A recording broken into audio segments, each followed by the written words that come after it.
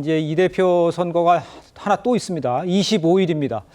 법조계와 민주당 내부에서는 이 대표의 위증교사 선거를 더 주목해야 한다 이렇게 말을 하고 있어요. 그 핵심 증거라고 할 수 있는 이 대표와 이 공범 김진성 씨의 이 통화 녹음 이 공개가 됐었죠. 다시 한번 좀 들어보도록 하겠습니다. 주로 내가 타겟이었던 거. 있는 대로 어차피 세월은 다 지났잖아요. 이게 지금 매우 정치적인 좀 배경이 있던 사건이었다는 점들을 좀 얘기를 해주면 도움이 될까요? 너무 오래돼서 기억도 사실 크게 기억도 잘 안 납니다. 사실은 안 나는데 어떤 취지로 저기를 해야 되는지를 한번. 네네. 내가 변론 요지서를 하나 보내드릴게요. 지금 이제 내용을 들어보셨습니다만 이 공범인 김진성 씨가요. 위증을 했다. 이렇게 이제 자백까지 한 상황이에요. 유죄가 선고될 가능성, 이거는 전에 있었던 이 선고가 날쯤 나온 것보다는 훨씬 더 높게 보시는 상황입니까? 그렇죠. 공직선거법 같은 경우에는 2년 구형을 했었는데 지금 1년의 집행유예 2년이 나오지 않았습니까? 네네. 그런데 이 위증교사 사건 같은 경우에는 검찰에서 구형 자체를 3년을 했었거든요. 그렇다면은 여기에 있어서 대법원 양형기준표에 따랐을 때 가중 요소들이 있고 거기에서 가장 높은 형이 나왔을 때 3년이 되는 것입니다. 그래서 검찰이 3년을 한 것으로 보이는데 위증은요. 본범보다 교사범이 형이 더 높게 나온다는 것이 대법원 양형기준표에 나와 있습니다. 네. 가중 요소로서 들어갔을 때 가장 적게 나오면은 10개월이 나오는 거예요. 올해 6월에 수원지방법원에서 전 안산시장이었던 박주원 씨에 대해서 이 위증교사 사건이 있었습니다. 본인의 개인적인 사기 사건과 관련해서 3명의 증인에게 위증을 교사했다는 혐의였는데 이 박주원 시장 같은 경우에 앞서 말씀드린 가중 요소의 가장 최저점인 징역 10월이 선고가 되면서 법정 구속이 됐습니다. 이재명 대표와 비슷한 상황이라고 볼 수 있겠고 하나의 일의 예를 들 수 있겠는데요. 지금 이재명 대표의 사건이 여러 가지가 있는데 법조계에서는 위증교사 사건이 가장 논점도 적고 간단한 부분이기 때문에 가장 먼저 선고가 나오지 않겠나라고 봤었는데 실상은 공직선거법에 먼저 나왔고요. 그리고 이 부분에 있어서 일단 본범인 김진성 씨가 일관되게 지금 인정을 하고 있는 부분이 있어서 오히려 이 부분에 있어서는 집행유예가 붙지 않은 실형이 선고될 가능성도 법조계에서는 보고 있는 것으로 보입니다. 일단 강전의 변호사께서 지금 언급해 주신 것이 이건 좀 단순하고 또 이게 위증을 했다라고 한 사람이 있기 때문에 오히려 더 정확하게 또 높은 형량을 받을 수 있을 것이다. 이렇게 지금 전망을 해주신 것 같아요. 그런데 이재명 대표 측은요. 이 실패한 교사라면서 무죄를 주장하고 있는 상황입니다. 이 발언 자체가 오히려 범죄를 인정하는 게 될 수도 있지 않냐 이런 이야기도 나오고 있는데 이건 왜 그런 건지 좀 설명을 해 주셔야 될 것 같아요. 송 변호사님께서. 네, 질문을 좀 한 번만 다시 해주시겠습니까? 지금 말씀하신 처럼 얘기한 것들이 발언 자체가 오히려 범죄를 인정하게 될 수도 있지 않을까 교사를 하려고 한다. 이 부분입니다. 그러니까 이재명 대표가 SNS에 올린 내용은 내가 교사를 하지도 않았지만 했다고 하더라도 실패한 교사인데 어떻게 처벌할 수 있냐 이제 이런 얘기를 하지 않았습니까? 그런데 이게 법리적으로 실패한 교사가 될 수가 없습니다. 일단 이재명 대표가 왜 저런 이야기를 하는지 제가 좀 설명을 해드리면 이 실패한 교사라고 하는 것은 교사범이 어떤 교사를 했는데 그것대로 실행이 되지 않았을 때는 형법상 예비나 음모에 의해서 처벌하게 되어 있습니다. 그런데 위증죄는 위증 예비죄나 위증 음모죄가 없어요. 그렇기 때문에 처벌 조항이 없기 때문에 무죄다라는 결론을 원하는 것 같은데 이 사건은 앞서 강전의 변호사도 설명해 주셨습니다만 굉장히 간명한 사건입니다. 김진성 씨가 그 이재명 대표의 경기도지사 선거법 위반 사건 때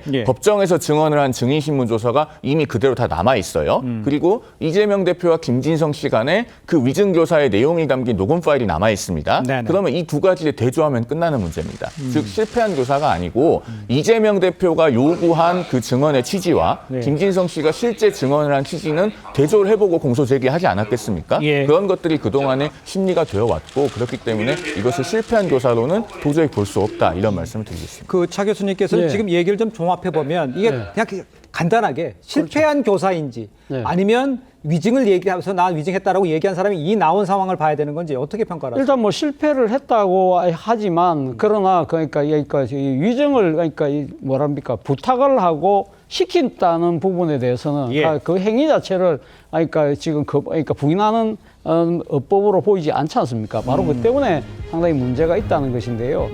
지금 사실 제가 생각해서는 그렇습니다. 공직선거법과 이 위증교사 이 사건에서는 많은 사람들이 산 넘어 산이라는 이야기를 했는데요.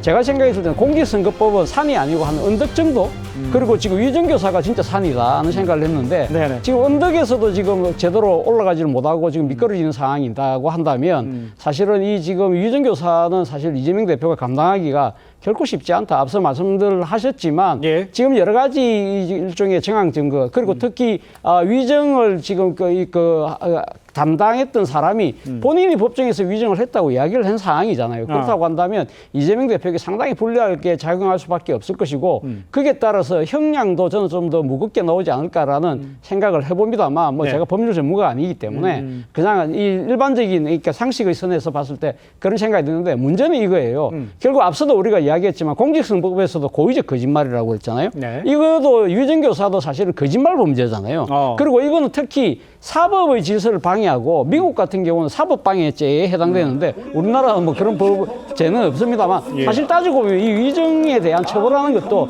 사실 미국식으로 따지면 이 사법방해죄에 해당되는 것이기 때문에 네. 이러한 부분들에 대해서 유죄가 나올 경우에는 무엇보다 딴 사람도 아니고 정치를 하는 사람 입장에서는 정말 심각한 타격이 될 수 있다는 것이죠.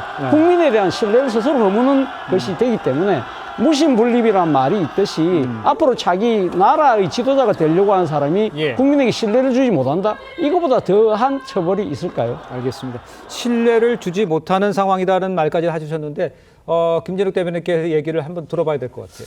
일단 기본적으로 이 위증교사와 관련돼서도 이재명 대표의 입장은 초지일관되게 나는 위증을 부탁한 적이 없다라는 것입니다. 다만 이재명 대표가 김진성 씨에게 네네. 기억을 되살려달라, 기억 나는 대로 말해달라 이런 부분들을 녹취에서도 10번이 넘게 그런 부분들을 얘기했었고요. 예.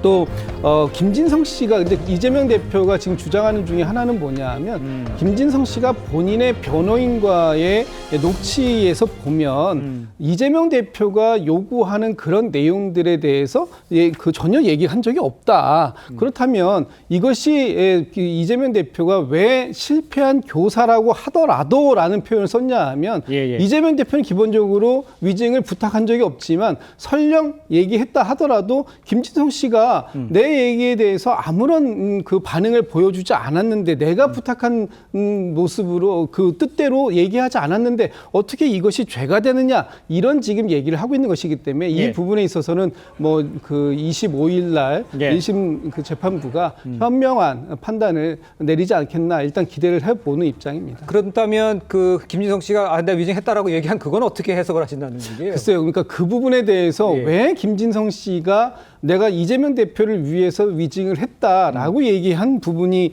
있는지는 잘 모르겠습니다. 네네. 그렇지만 어쨌든 이재명 대표가 얘기했던 기억을 되살려달라는 것을 네네. 김진성 씨가 어떻게 이해하고 받아들여서 본인이 위증을 했다라고 얘기하는지 이 부분에 대해서는 뭐 김진성 씨가 별도로 얘기를 또 해야 할 부분이 아닌가 싶습니다. 알겠습니다.